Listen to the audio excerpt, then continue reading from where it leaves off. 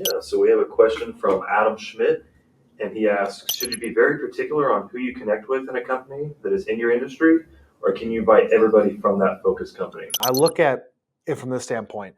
An ideal state would be you're connected with every single person at that company in the job functions that you're going after. So if you're trying to go into ops, engineering, commodity management, whatever, ideally you'd be connected with everybody in that field, especially the influencers and decision makers. What usually people do is say, I want the decision maker is a VP of engineering. So I'm going to go after a VP of engineering. I'm going to go after the new product development manager. But the issue is that they're not always on LinkedIn at the same frequency, right? Nobody really knows how frequently people are on LinkedIn. So you want to go after that decision maker and the influencer and everybody around that circle of influence that works for that person or in a cross departmental collaboration with it. So engineering talks to operations, engineering talks to purchasing. They have meetings internally. They talk about vendors, supply chains, projects, programs, issues, etc. So I would want to connect with as many people as possible at that company that are relevant to me from a job function standpoint. So for you, yes, I would want to connect with everybody in that department. Now, to a certain extent, like if the company has 1,000 engineers and it's a massive company, don't connect with everybody, be strategic, but I want at least 5, 10, 15 people at big companies to be connected with me. If I'm using it for sales and marketing to help grow my job, grow my income, my revenue for my company, then I'm going to connect with as many people in that job function as possible and only necessarily connect with people in industry because that's all that I want to see in my feed. My LinkedIn feed is so massive these days that I see so much stuff. And if I didn't have a focus on an industry of industrial, which is vague, right? You've got everybody from plastics, metals, machinery, automation, equipment, software, like everybody in industrial, logistics, supply chain, distribution. My feed is very diverse, even just being in manufacturing. And so I like it because I get a mix of things. I'm not getting BS through my feed of where it's like, this is what I had for breakfast. This is a new commercial property that's for sale in New York or Chicago. Like, I don't connect with people like that. So I'm very strategic on who I connect with. Anybody can follow you, but who you're connected with, first degree connection, I personally pick only people that I feel like I produce content that can help them, or I'm interested in it from a networking standpoint to connect with somebody that maybe I could have on a show. Maybe we could do a collaboration with video content, something like that.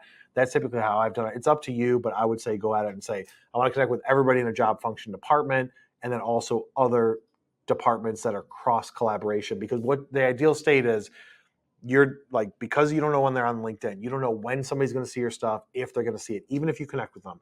They're scrolling through. If your content, if your post, whether you posted yourself or shared it, you don't know when they're going to see you. So increase the odds by connecting with so many people to where at least maybe once a week somebody sees a piece of your content. That's number one. Number two, the ideal state would be they're in a meeting internally talking about whatever it is, and somebody says, you know what, we should look at Adam Schmidt. He just posted the stuff on LinkedIn all the time talking about this, and you just said that and brought it up, and I think that I'm going to reach out to him right now through a message on LinkedIn. That's the ideal state. That stuff happens all the time with our clients, with people that we train on this stuff. It's like every single week somebody new is like, dude, just got booked a call, just got an RFQ through LinkedIn, etc. And that's only because they're sharing the content or producing it themselves, whether it's a couple times a week or every single day, and they're connecting and building their network with people. And then when they see it, they think about it and they're like, dude, let's call Adam. So, Riley's over here grinning, so that must be good. well, so it's great that you mentioned that because we do have a comment. He says, "Hey Kyle, this is Mandeep. I'm getting extraordinary results thanks to your perfect advice after 3 months of focused effort on LinkedIn.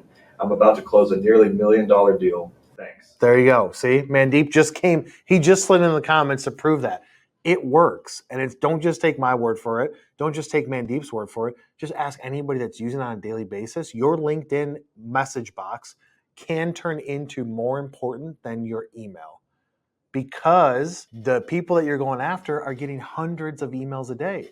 They're getting less LinkedIn messages.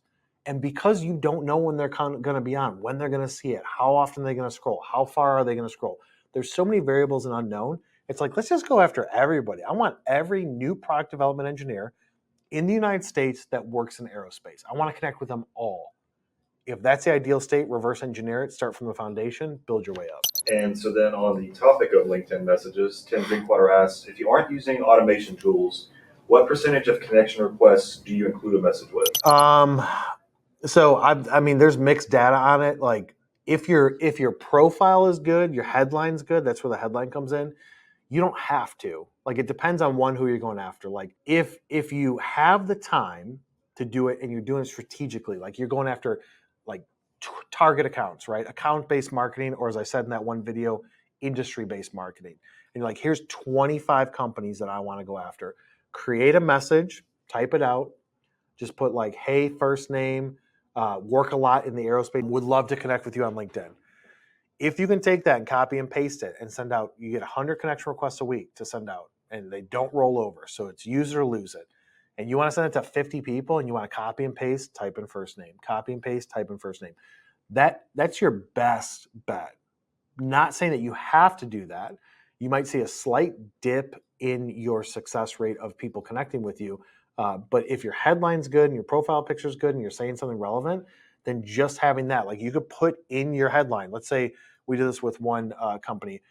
We said, everybody that's outreaching right now that works in this industry, I want you to change your headline for the next 3 weeks, 4 weeks to industry focused type of message.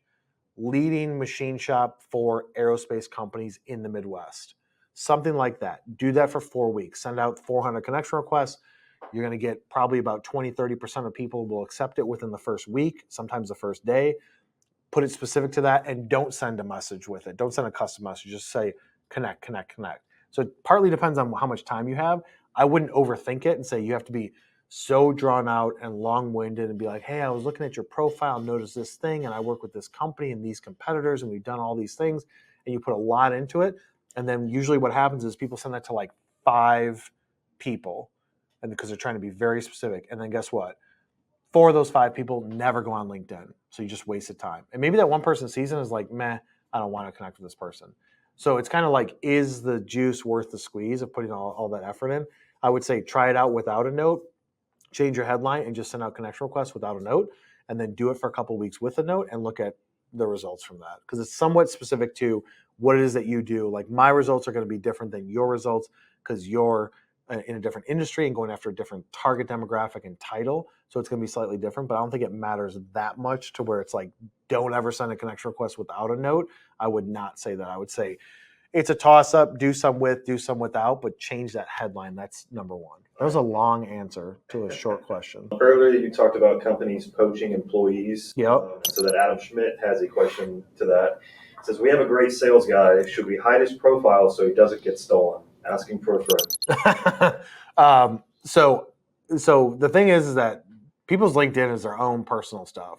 Whether they want to use it for business, they want to use it for personal, they want to share it, they don't, they want to create content, they don't. Like you can't really force them to do it unless you told them during the hiring process, like, look, we're going to need you to use your LinkedIn profile for X, Y, and Z. Most people are down with it. I wouldn't like if you're doing good by them, it's kind of like customers, right? You can go the old age thought of like, don't let anybody know who your customers are. People are going to find out who your customers are in some way, in some area. If you have a good relationship with them, you shouldn't worry about them being poached. But I think the upside is better if you have a good relationship with the person and you're doing good by them and the company treats them well and there's growth opportunities and you know what they want to do with their career and you think that you have the path to do it with them, then just leave it out there. If it's going to happen, it's going to happen. If somebody gets poached from here, I've always told people here, if you get stolen from a competitor, at least I know that I got you to that point. Move on. As long as you don't try and hurt me when you leave, move on. And I'm glad that I could at least play some sort of part in elevating your career to get you to something else that makes you happy. But most people don't think like that. And then we have a question from Annette Colvin, and she says, hey, Kyle, you touched base on the headline.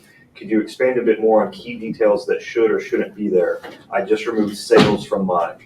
Yeah, so the key details should be, it has to be relevant to who you're connecting with. So Annette, with you doing 3D prototyping, 3D printing, stuff like that, having those key phrases in there, 3D prototyping, 3D printing, rapid manufacturing, things like that, in the first, call it 180 characters, that is important because as somebody's scrolling, you're trying to connect with new product development engineers or manufacturing engineers or whoever.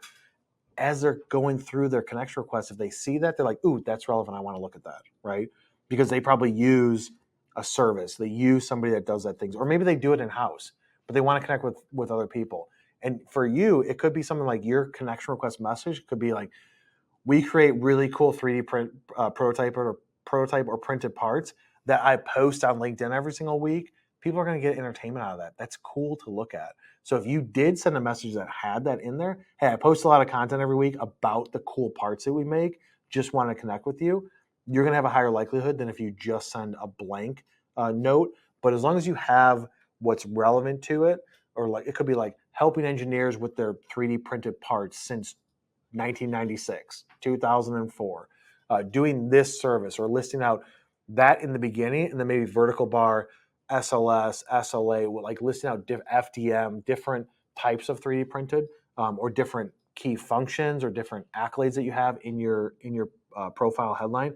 That would be super important, but make relevancy the first 160 to 180 characters. Hopefully that helps. All right, guys, hopefully you got value out of that content. If you did, share it with somebody that you know.